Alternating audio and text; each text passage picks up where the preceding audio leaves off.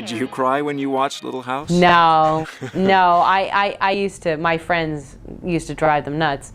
She was only 14 when she delivered one of the most gut-wrenching performances in TV history. The scene brought audiences to tears, earned her critical acclaim, and even changed the way disability was portrayed on screen. But, to this day, Melissa Sue Anderson refuses to watch it. Not because it was embarrassing, not because it aged poorly, but because what happened behind the scenes was far more disturbing than most fans ever knew. And once you understand why, you'll never look at Little House on the Prairie the same way again. Before she was America's sweetheart on Little House on the Prairie, Melissa Sue Anderson was just a quiet, wide-eyed girl growing up in the artistic chaos of Berkeley, California. Born in 1962, in a city known for protests, poets, and progressive thinkers, her childhood wasn't marked by stage lights or casting calls, but by the kind of deep, early introspection that often breeds great performers. Melissa was the youngest of two daughters, but her older sister, Maureen, wasn't just a sibling. She was almost a second mother. With a 12-year age gap between them, Maureen helped raise her.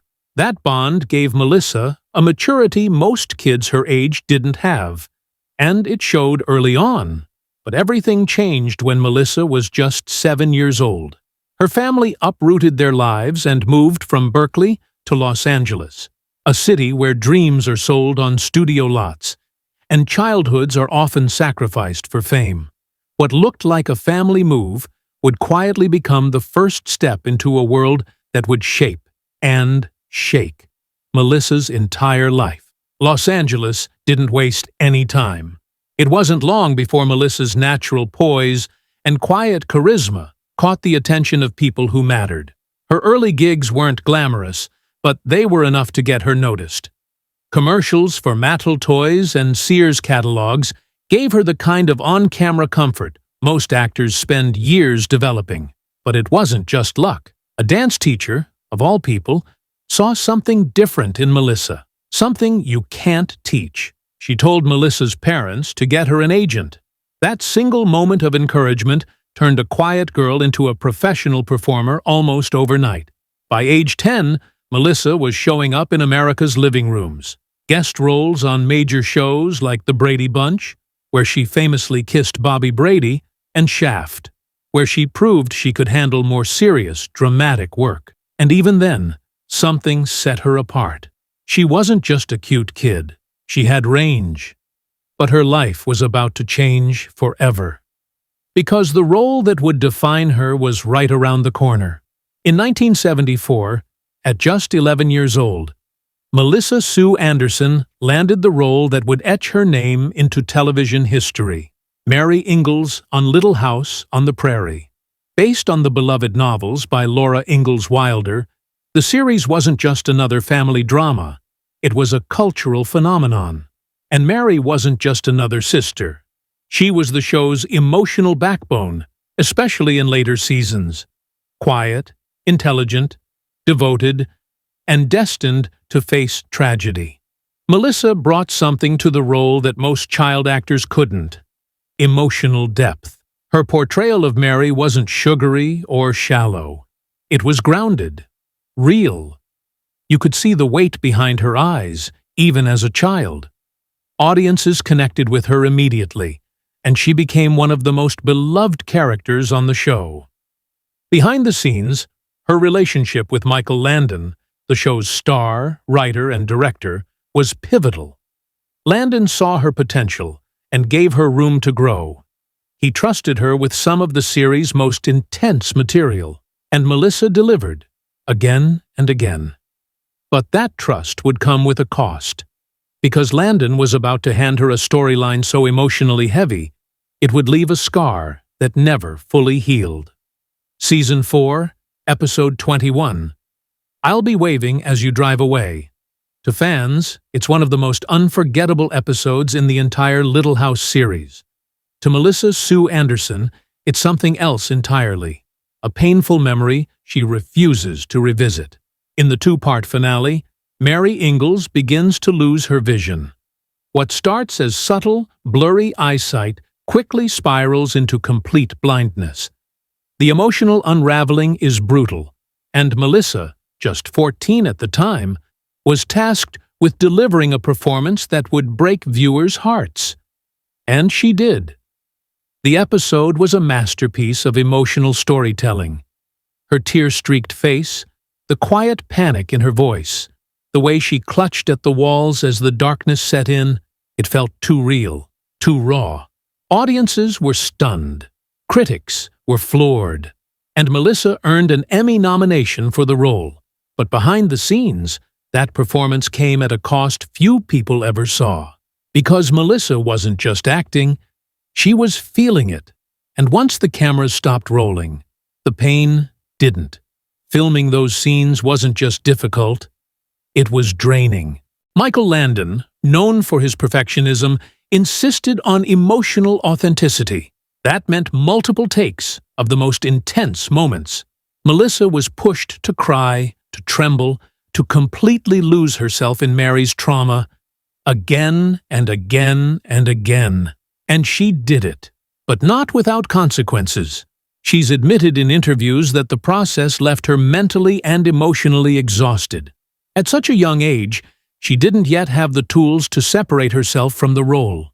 What she brought to the screen wasn't just acting, it was her own emotional core, exposed for the world to see. The line between fiction and reality blurred. Melissa began to internalize Mary's pain. The fear of being permanently disconnected from the world, the helplessness of losing control, it all became too real. And once filming wrapped, that feeling didn't disappear. She described the experience as haunting. Even decades later, she says the emotions from that episode still linger. And that's why she's never watched it again. Because for her, it's not just an episode, it's a wound. You might think that, with time, the emotional sting would fade. That decades later, Melissa Sue Anderson could finally look back on "I'll Be Waving As You Drive Away" with pride. After all, the episode is hailed as one of the most powerful in the series. Fans still talk about it. It changed how disability was portrayed on television. But Melissa? She won't go near it. In every interview where the episode is mentioned, her tone changes. She doesn't shy away from acknowledging the impact it had. But she draws a clear boundary. She's said outright that watching it would reopen something she's worked hard to keep closed. Because when she watches that episode, she doesn't just see Mary going blind. She sees herself, a 14-year-old girl forced to dig deep into emotions she wasn't ready to carry. She remembers the long days on set, the emotional pressure, the overwhelming sadness, and the way it stayed with her, even after the cameras stopped. It's rare for actors to openly reject a piece of work they're celebrated for. But in this case, Melissa's honesty says more than any performance ever could. That episode may have launched her into critical acclaim, but it also became the one chapter of her career she can't revisit. And that decision speaks volumes. By the time she left Little House on the Prairie after season 7, Melissa had already done more emotional heavy lifting than most actors do in a lifetime. She came back briefly for a few episodes in season 8, but the intensity of the role had taken its toll. She needed space. Still, she didn't walk away from acting entirely. She pivoted, quietly and with intention. She took on darker, more experimental roles, including a lead in the cult favorite Canadian horror film Happy Birthday to Me. It was a sharp turn from Prairie dresses and pioneer life, but it proved her range. She wasn't just a childhood icon, she was a serious actress, one who could slip into fear, danger, and psychological complexity with unsettling ease. Over the next decade, she appeared in respected shows like The Equalizer, Murder, She Wrote, and Alfred Hitchcock Presents. Each role allowed her to explore different corners of her talent, away from the image the world had built of her. But with each passing year, Melissa began to step further from the spotlight. Not because she couldn't keep up, but because, after everything she'd given to Hollywood, She wanted something it couldn't offer: peace. And the next chapter of her life would bring exactly that. Far away from red carpets and TV cameras. In 1990, Melissa Sue Anderson made a choice that surprised many people in the industry. She stepped back. She married television writer and producer Michael Sloan, and together they built a life grounded not in fame, but in family. They had 2 children, and everything shifted. The woman who once spent her teenage years under hot studio lights now spent her days focusing on motherhood. She made it clear, raising Piper and Griffin came first, and giving them a normal life, one untouched by the pressure and glare of Hollywood, became her mission. That mission eventually led them across the border. In 2002, Melissa and her family left the United States and moved to Montreal, Canada, far from the industry noise, far from the constant recognition, and for the first time in years, she found peace. Montreal offered her something Hollywood never could: privacy, a slower pace, a different rhythm. The Anderson-Sloan family embraced it fully, immersing themselves in the culture, the language, and the community. On July 1st, 2007, they officially became Canadian citizens, a decision Melissa has described as one of the most meaningful of her life. She still worked occasionally, small roles, quiet appearances, but her focus remained on living fully, not performing endlessly. And for someone who gave so much of her youth to the public, that choice was a form of healing. Melissa Sue Anderson's legacy is forever tied to Little House on the Prairie. Millions remember her as Mary Ingalls, the soft-spoken girl who faced unthinkable challenges with courage and grace. But behind that beloved character was a teenager carrying far more than the script ever showed. I'll Be Waving. As You Drive Away may be the performance that defined her, but it also revealed the emotional cost of early fame. While the world saw brilliance, Melissa felt something closer to a breakdown. Her refusal to rewatch the episode isn't about regret. It's about boundaries.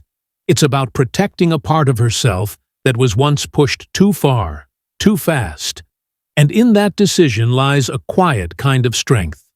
A reminder that even when the world applauds you, it's okay to walk away. Melissa Sue Anderson didn't just play Mary Ingalls, she survived her. And that's something worth remembering.